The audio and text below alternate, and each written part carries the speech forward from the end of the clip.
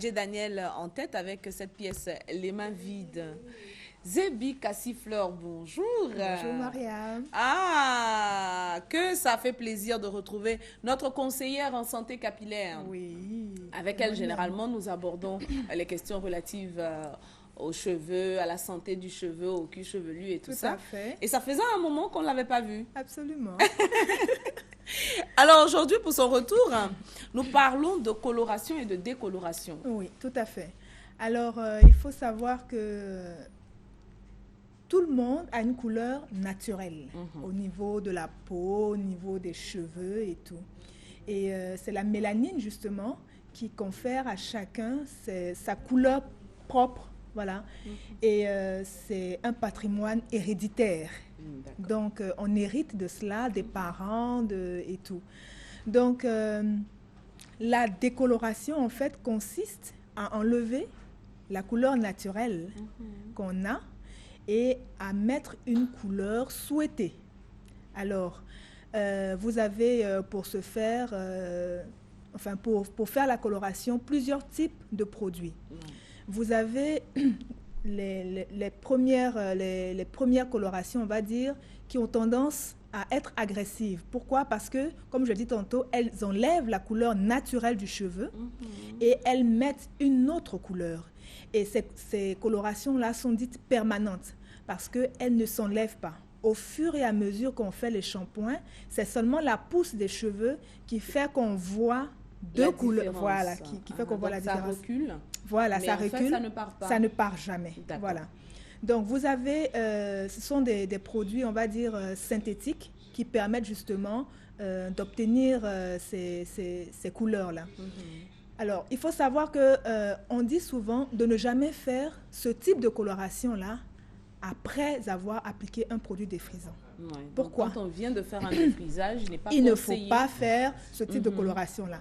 Parce que justement, ces colorations-là ont tendance ont les mêmes effets, on va dire, que le défrisage. Merci. Ça brûle, ça pique. Donc, vous venez de faire un défrisage qui vous a sensibilisé la peau du cuir chevelu et vous venez sensibiliser. Parce que, je veux dire, le défrisage brûle. Tout à fait. C'est caustique. Donc, vous venez d'appliquer un produit défrisant et puis après, vous voulez faire une couleur de ce type-là. Deux agressions de Deux suite, agressions successives. Vous allez vous cramer la peau. Wow. Donc, c'est pour cela qu'on conseille d'éviter de faire ce type de coloration-là à la suite d'un défrisage. D'accord. Voilà. Donc, vous voyez, c'est des situations qui sont assez compliquées, assez dures, des images qui sont difficiles et qui peuvent résulter justement de la non-application de cette consigne-là. Le non-respect. Voilà, tout à fait, le non-respect de cette consigne. Et il faut savoir que c'est la route toute tracée vers ce qu'on appelle les alopécies, c'est-à-dire le dégarnissement, la chute des cheveux et tout, qui peut ne plus repousser. Voilà, donc il est important de faire attention. C'est un traumatisme. Absolument. C'est un traumatisme. Donc, il faut faire vraiment attention à ce genre de choses. Maintenant, en dehors de ce type de coloration, vous avez des colorations dites semi-permanentes. Alors, ce sont on appelle cela des blushs ou des rinçages, voilà, qui sont appliqués sur le cheveu et qui ont tendance, par contre, elles, à partir au fur et à mesure qu'on fait le shampoing. Donc, ces colorations-là sont un peu moins agressives. Et il faut savoir que pour cette catégorie de coloration, si vous avez des cheveux noirs comme les miens, vous n'aurez aucune couleur qui apparaîtra. Comment ça? Parce que la couleur n'apparaît que sur du blanc ou sur des cheveux qui sont clairs, de couleur claire.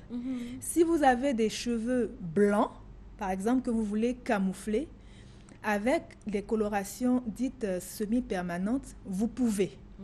Ça va les camoufler, mais au fur et à mesure, vous allez être toujours dans le cycle de recoloration parce que, bon, au fur et à mesure des shampoings... C'est pas censé rester indéfiniment. Voilà, ça part.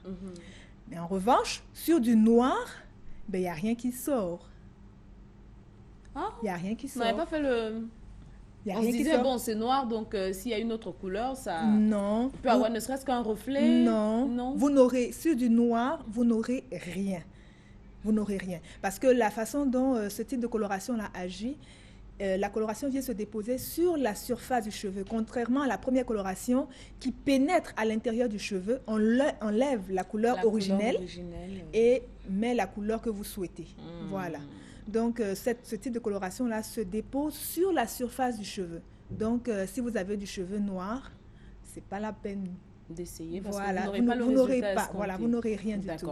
Alors, moi, je retiens que quand elle a commencé à parler de coloration semi-permanente, elle a dit c'est moins agressif. Ça veut dire que l'agression reste cependant. Oui, parce qu'il y a des personnes qui sont très sensibles. Vous avez des ingrédients qui font que des personnes réagissent justement à ce type de coloration-là. Donc, ce qui fait que, bon, vous pouvez avoir des réactions.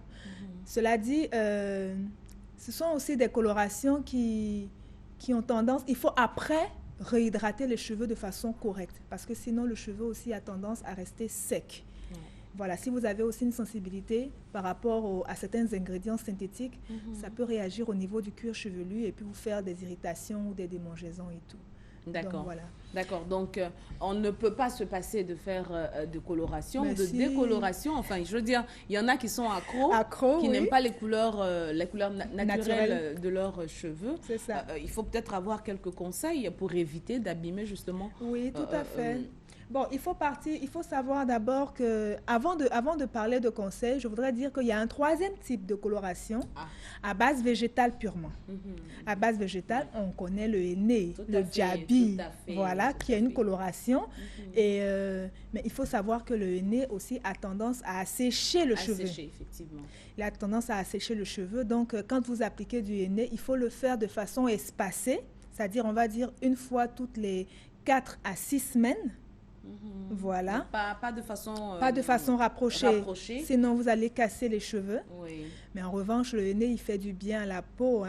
Ce n'est pas agressif du tout au niveau... Et il faut savoir du henné naturel.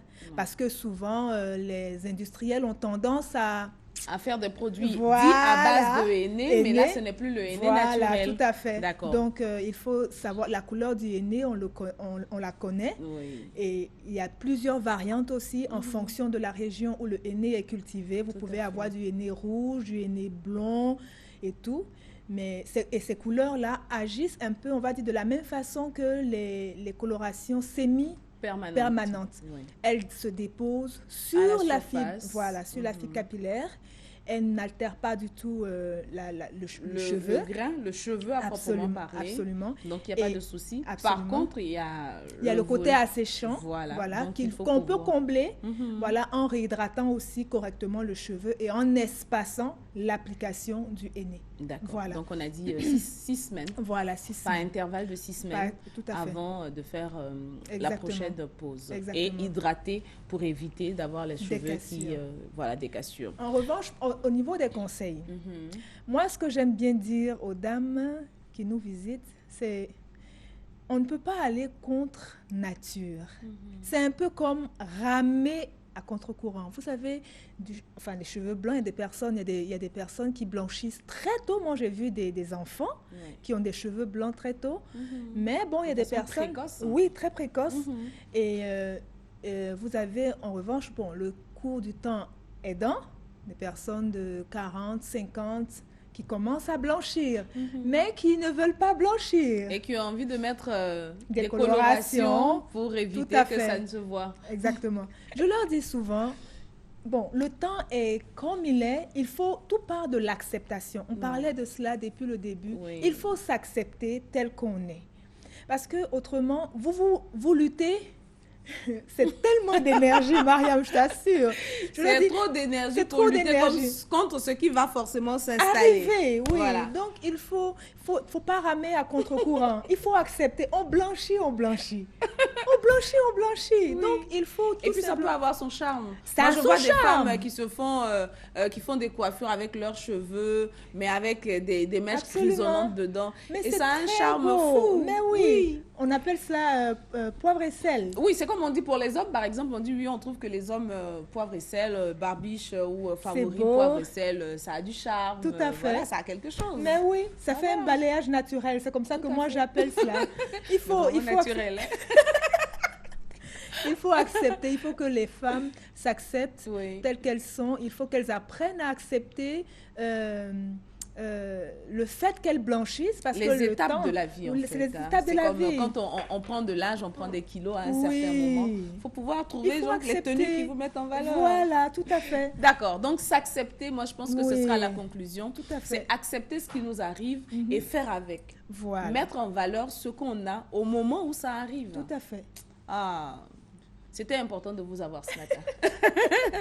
Zébi Cassifleur, merci infiniment. Je rappelle, vous êtes conseillère en santé capillaire et avec vous, nous avons essayé de revenir sur la question des colorations et des décolorations pour éviter que, parce qu'on a envie d'être jolie, d'avoir du charme, qu'on se crée des problèmes. Voilà. Le maître mot de la journée, ce sera s'accepter quoi qu'il arrive. Cela vous permettra d'accepter les autres et puis, d'accepter votre quotidien et de l'apprécier au plus haut point. C'est fini pour aujourd'hui, Matin Bonheur. Toute l'équipe se joint à moi pour vous souhaiter une excellente fin de semaine. Demain, ce sera avec les amis du samedi. Excellente journée à tous et à toutes.